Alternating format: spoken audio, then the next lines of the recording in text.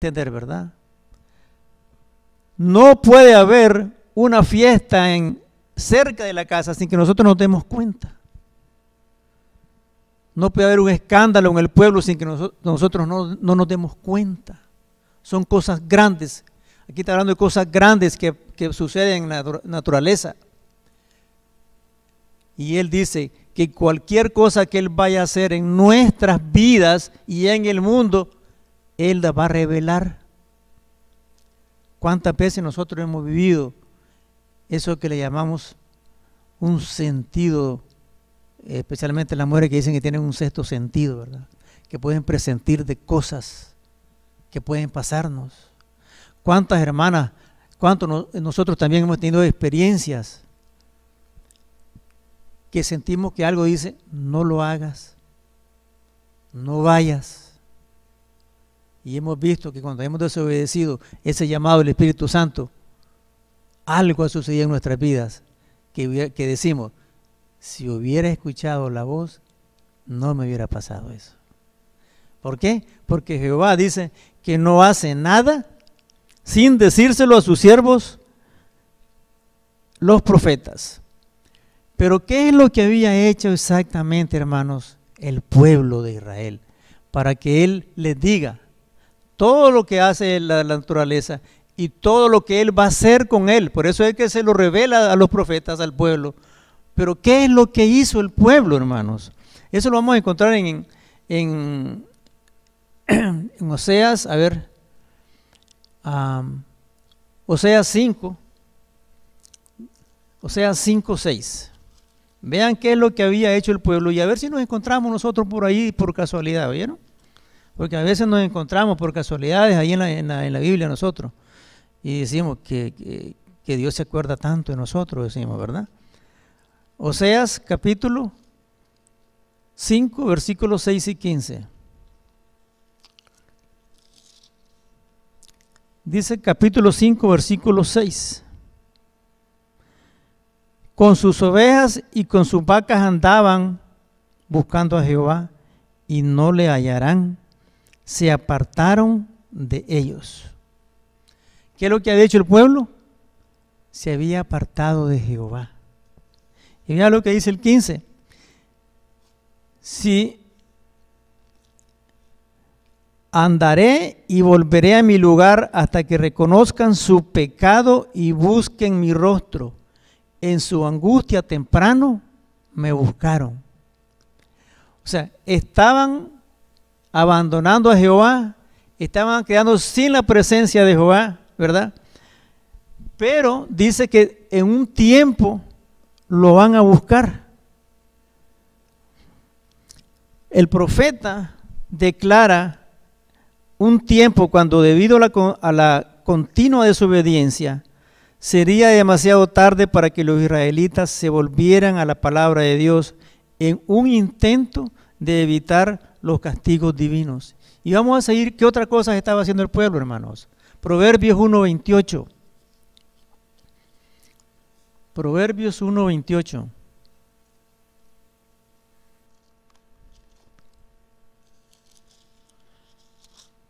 Dice, entonces me llamarán y no me responderán y no responderé.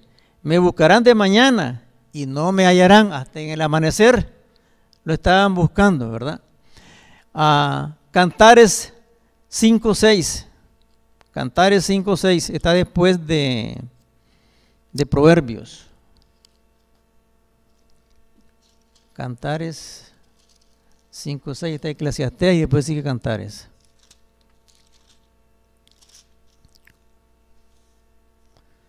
Cantares 5:6 dice, haré que quede desierta. A ver, perdón. Cantares 5:6.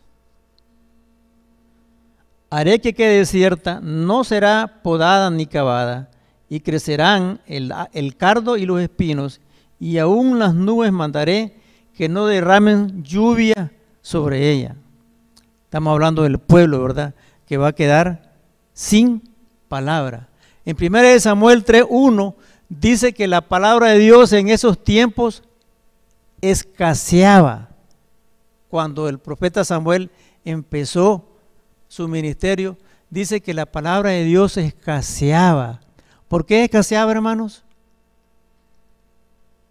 Porque no estábamos leyendo la Biblia, exactamente, así como pensaron ustedes, hermanos.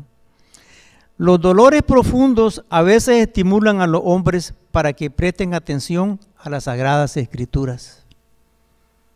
Desgraciadamente, dice, un dolor tal con frecuencia se presenta demasiado tarde para producir un resultado benéfico. Esto sucede no porque el amor de Dios se retire del pecador, sino porque el pecador se ha endurecido de tal manera en sus iniquidades que solo desea escapar por las consecuencias de sus transgresiones, sin abandonar sus caminos, y han contristado al Espíritu Santo, más allá de toda esperanza de arrepentimiento y reforma de carácter. Por eso es que Dios se ha apartado de nosotros, porque hacemos cosas malas, no nos arrepentimos, pero las seguimos haciendo. Eso es lo que llama en la Sagrada Escritura un arrepentimiento de la carne o un arrepentimiento del mundo, que es para muerte. Porque el arrepentimiento de Dios es un arrepentimiento, dice, para vida. ¿Por qué? Porque en el arrepentimiento de Dios, Él ve el corazón, y no solo ve el corazón, ve los resultados del arrepentimiento. ¿Por qué? Porque no lo volvemos a hacer. De nada sirve, hermanos, que estemos todos los sábados pidiendo perdón, si al siguiente sábado venimos con el mismo perdón, con el mismo perdón, con el mismo perdón. No hay cambios. Y después nos preguntamos por qué nos está pasando esto, por qué está esto así.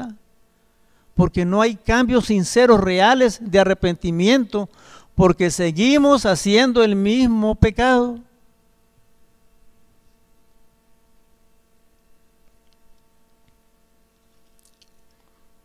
Veamos otro versículo, hermano. Y vamos a hablar uno que sí nos va a doler. Juan 7:34. ¿Por qué? Porque este lo dijo el mismo Dios, hermanos. Juan 7:34.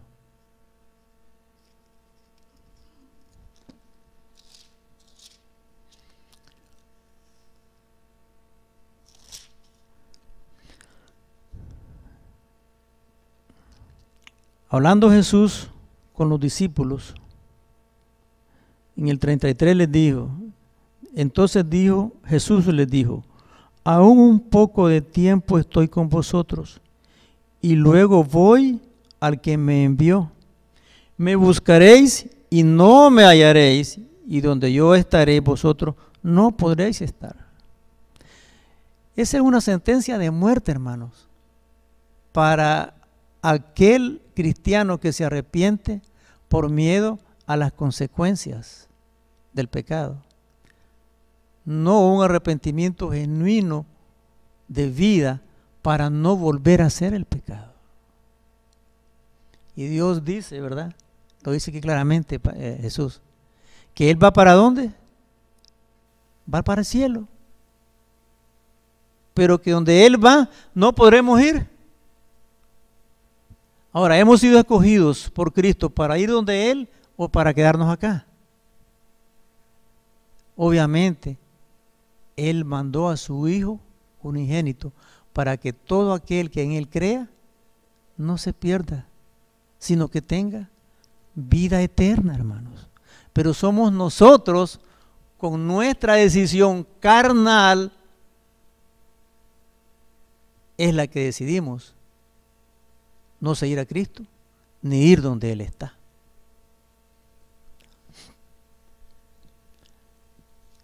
Vean lo que dice el comentario.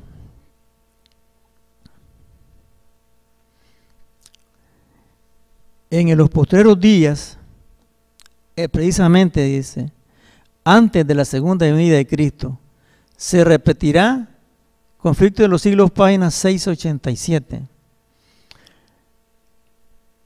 se repetirá el caso del antiguo Israel, pues entonces los impenitentes de toda la tierra que estarán sufriendo intensamente durante las últimas plagas, procurarán alivio de alguna manera para su dolor, inclusive buscando la palabra de Dios, cuyo estudio y obediencia antes habíamos descuidado. Nadie puede abrir una puerta que tenga llave si no tiene la llave. Y la llave que Dios nos dio aquí para seguirlo a Él y estar donde Él esté es su palabra. Ninguno de nosotros puede pensar que sin estudiar la Biblia va a ir al cielo.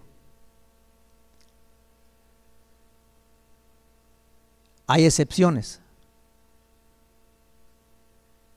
porque tenemos el ejemplo que Cristo nos dio del ladrón que estaba a su derecha, ¿verdad?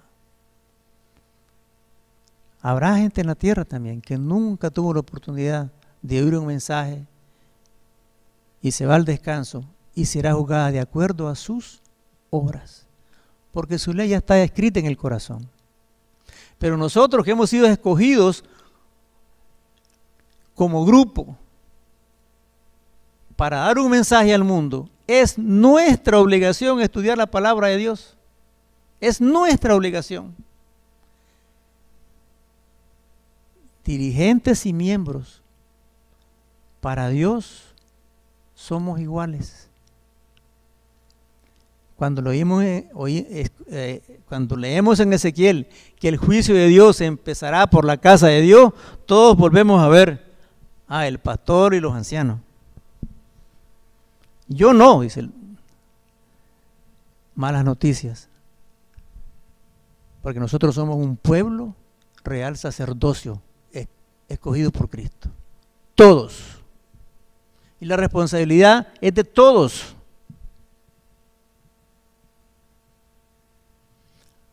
Así, hermanos, que cuando el juicio de Dios comience, nosotros estamos toditos en el mismo saco.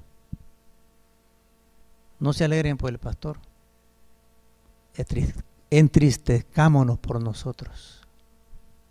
Porque nosotros tenemos la responsabilidad de estudiar la palabra de Dios día a día. Si no, ¿cómo sobreviviremos? ¿Cómo estaremos firmes? ¿En qué plataforma estaremos firmes en el tiempo de angustia? ¿Cuál será nuestra ayuda? ¿Cuál será nuestro brazo? ¿Cuál será nuestro pan? Este mundo, ¿cómo está ahorita? Está en una degeneración absoluta, social, espiritual, económica, política, donde volvamos a ver, solo hay desgracia, en los niveles que busquemos. Y Dios nos da un ejemplo. Ya lo conocemos muy bien, hermano, y vamos a comentarlo un poquito. Mateo 24, versículos 38 y 39.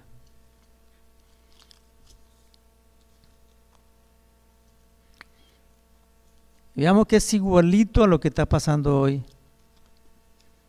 Mateo 24, 38 y 39.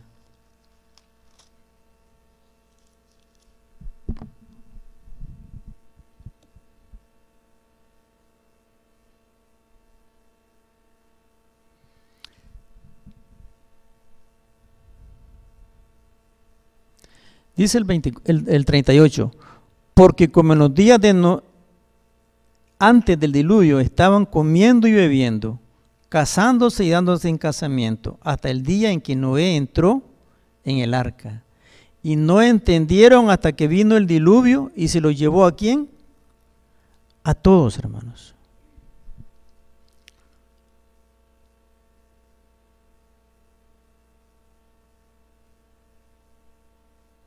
Así será también la venida del Hijo del Hombre. La condición que estaba en ese tiempo la tierra, hermanos, es igualita a la que está hoy. Les voy a decir por qué. Dice la palabra de Dios que la tierra se corrompió.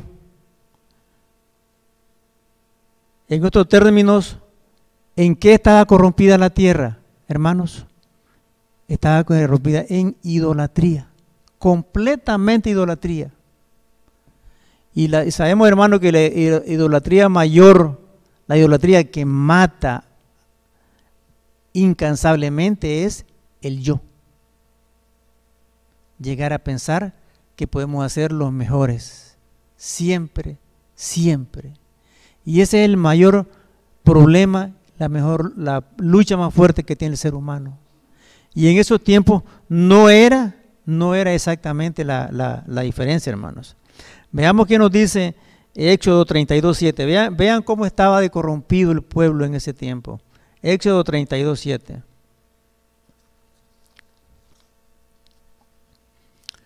Y vamos a ver cómo él lo dice literalmente, ¿verdad?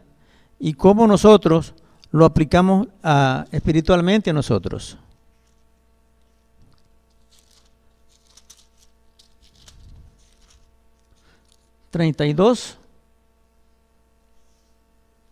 Dice Éxodo 32:7, ¿verdad? Estoy en Génesis yo, por eso no me calzaba. 32:7 nos dice, hermanos. A ver, Éxodo 32, versículo 7. Vamos a ver desde el 6. Y al día siguiente madrugaron y ofrecieron holocaustos y presentaron ofrendas de paz. Y se sentó el pueblo a comer y a beber y se levantaron a regocijarse. ¿Les recuerda algo eso, verdad? ¿Qué les recuerda, hermano? No me digan. Aquí lo pasamos todos los sábados, ¿verdad? Dice el 7. Entonces Jehová dijo a Moisés, anda y desciende. ¿No lo encontró, hermana? Éxodo 32. Éxodo, eso, hermana. Éxodo 32, 6 y 7 es lo que estoy leyendo. Entonces Jehová dijo a Moisés, anda, desciende, porque tu pueblo que sacaste de tierra de Egipto se ha corrompido. ¿Qué le parece si aquí de pronto, hermano, ven, hay una voz que le dice, anda, ve allá a la cafetería, ve allá al lunchroom y ve lo que está haciendo el pueblo que yo te dije que tú pastorearas? ¿Ven? Ese somos nosotros. Eso somos nosotros. Y ahí es donde todos somos responsables. Todos somos responsables. ¿Por qué? Porque lo fácil es echarle la culpa al dirigente. Pero ¿y qué nosotros? ¿Y qué nosotros? Si somos también responsables del mensaje y del trabajo que nos encomendó Dios como hijos, como sacerdotes de Él. Veamos qué otra cosa estaba haciendo el pueblo de Dios, hermanos. Porque es bonito que sepamos lo que hacemos, porque les digo, aquí está la letra, pero a veces de casualidad nos encontramos, pero como que, no sé por qué, como que Dios nos trajo de ese tiempo a nosotros, ¿verdad? Deuteronomio 32:5. Deuteronomio 32:5.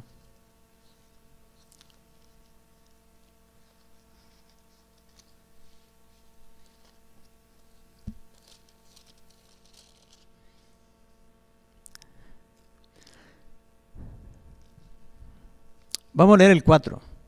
Dice, Él es la roca, cuya obra es perfecta, porque todos sus caminos son rectitud, Dios de verdad y sin ninguna iniquidad. Justo y recto es Él. Amén. Pero ellos se han corrompido a sí mismos. Aquí, ¿saben lo que significa eso, hermano? Que no es el diablo el que nos corrompe. No es el mundo. Somos nosotros los que decidimos corrompernos espiritualmente. Sus manchas no son las manchas de sus hijos. Son una generación torcida y perversa. No digamos amén, hermanos. ¿Qué somos nosotros? una generación torcida y perversa, hermano. ¿Encontraremos a Dios mañana? Si Dios viniera hoy, ¿nos encontraría listos? Vamos a ver la última, hermano, para seguir. Jueces 2:19. Jueces 2:19.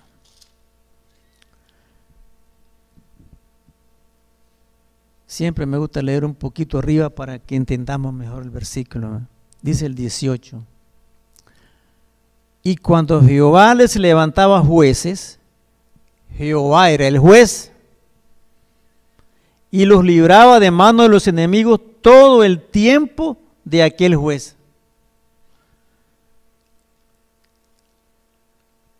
Porque Jehová se arrepentía por sus gemidos a causa de los que los oprimían y afligían. O sea, Jehová era el que tocaba el corazón de los jueces que él ponía para que tuviera misericordia de los hijos que eran maltratados, porque dice que él tenía misericordia de los que gemían por él. Veamos el 20, hermanos.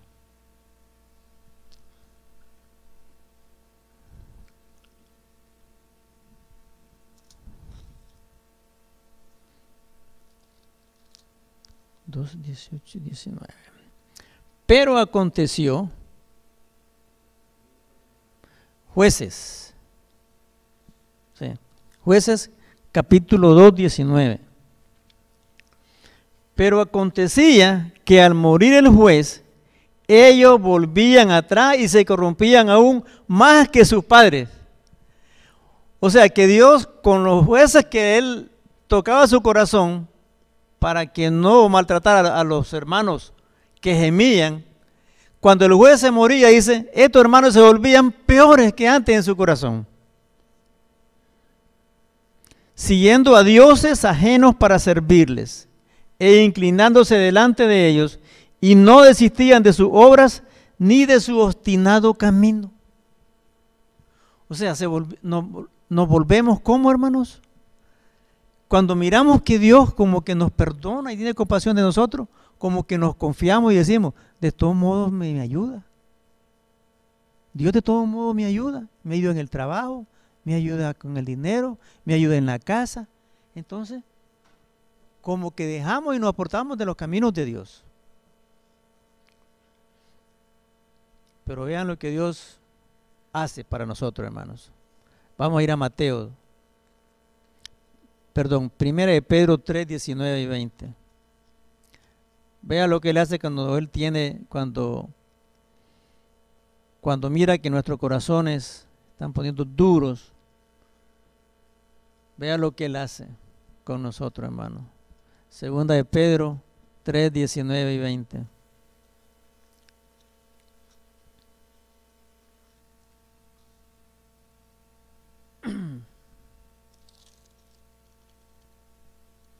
Nos dice la palabra, hermanos.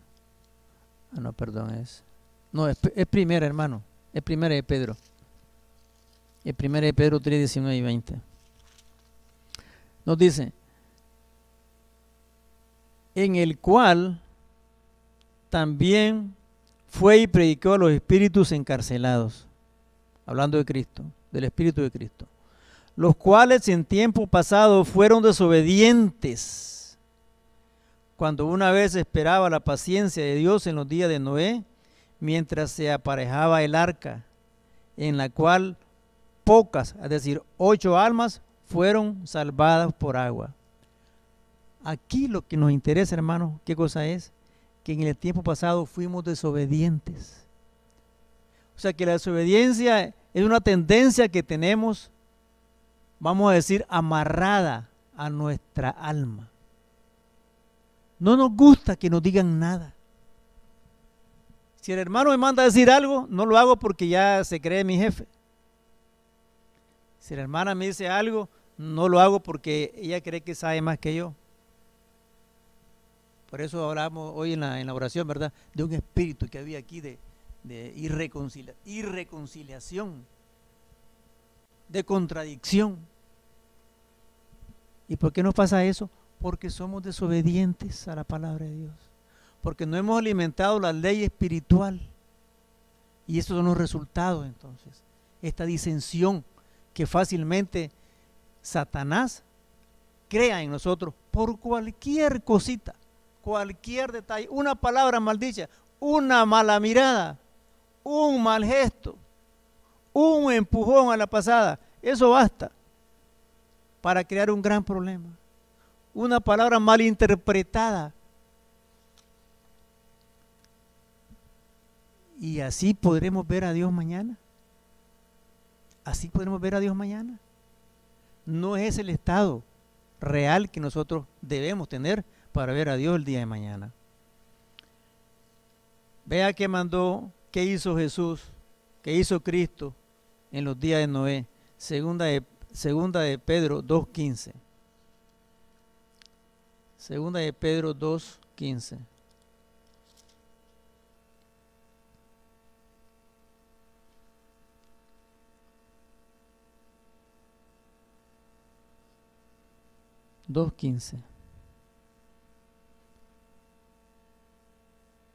No, no es este, aquí me equivoqué.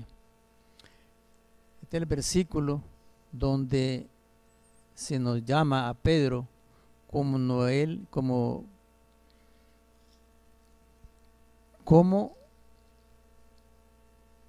pregonero de justicia.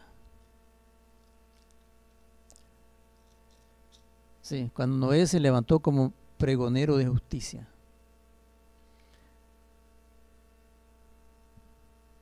En estos tiempos no necesitamos a Noé, porque ya tenemos el Espíritu Santo, ¿verdad? Y en aquel tiempo, ¿cuánto mandó Dios a que se pregonara, hermano? 120 años. Hoy, en mi vida, yo puedo decir que desde que tengo uso de conciencia, yo puedo tener unos 40 años de estar oyendo el mensaje. Y así cada quien puede ver en su vida cuántos años tiene de estar escuchando el mensaje. Porque el mensaje está escrito en el corazón. No tenemos excusa para decir, nadie me habló a mí. Y a los que nos hablaron los rechazamos. Pero Jesús nos está previniendo de las cosas que están viniendo. Ahora, hermanos, ¿qué tenemos que hacer después que hemos visto cómo es que está en nuestro corazón, nuestra vida? ¿Qué deberíamos de hacer nosotros para estar listos para ver a Dios mañana? Si en su misericordia estamos aquí a las 9 de la mañana. ¿Cómo deberíamos estar nosotros? Podríamos decir muchas cosas, pero miramos qué es lo que nos dice la palabra de Dios, hermanos. ¿Cómo deberíamos estar? Y vamos a ir como dicen, a lo mejor, vamos a ir a la estrella. Vamos a ir a Salmos 15. ¿Cómo deberíamos estar nosotros espiritualmente para ver a Jesús mañana? Salmos 15, versículo del 1 al 5.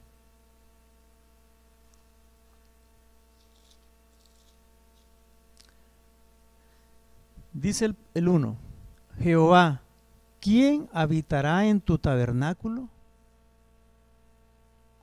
¿Quién residirá en tu santo nombre? Y aquí comienza, hermano, el sacrificio para nosotros o la alegría para nosotros, de acuerdo como nosotros lo estemos viviendo. El que anda en integridad y obra justicia y habla verdad en su corazón. 3 cosas. El que no calumnia con su lengua, ni hace mal a su prójimo, ni admite reproche contra su prójimo. Aquel a cuyos ojos es menospreciado el vil, mas honra a los que temen a Jehová, el que aún jurando en daño suyo, no cambia. Quien su dinero no dio en usura, ni contra el inocente tomó cohecho. el que hace estas cosas, ¿qué dice, hermano? Repítanmelo, por favor. El que hace esas cosas jamás será removido. Jamás. Estas oraciones, estos grupos de oración, hermano, tenemos que orar por esto. Aquí está la llave para ver a Dios mañana. Primero, porque no tenemos comprada la voluntad de Dios para saber que mañana nos va a despertar. Y segundo, para que estemos preparados espiritualmente en la ley de su justicia para verlo venir en gloria, ¿verdad?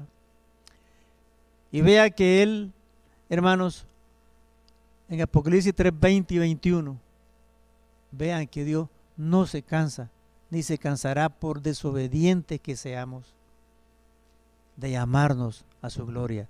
Todos conocemos esos versículos, hermano. Apocalipsis 3, 20 y 21. Nos dice Apocalipsis 3, 20. He aquí, yo estoy a la puerta y llamo. Si alguno oye mi voz y abre la puerta, entraré a él y cenaré con él y él conmigo. Amén, hermanos. Porque siendo tan desobedientes como somos, Jesús está en las puertas de nuestro corazón llamándonos diariamente. 21. Al que venciere, yo le daré que se siente conmigo en mi trono, así como también yo he vencido y me he sentado con mi Padre en su trono. Es la única manera, hermanos, que nos aseguremos que vamos a estar en la primera resurrección. No hay otra manera. La llave es estudiar la Biblia. No hay otro camino. No hay otra manera. Es estudiar y estudiar y estudiar, porque eso es lo que nos preparará para las diferentes situaciones en que tendremos que defender, no a Dios, en que tendremos que exponer su mensaje, su evangelio, para así en medio del dolor, así como Esther, ¿verdad? Sabía que podía morir, pero si oraba y estudiaba, entonces ella podía salvar al pueblo. Así nosotros también, hermanos.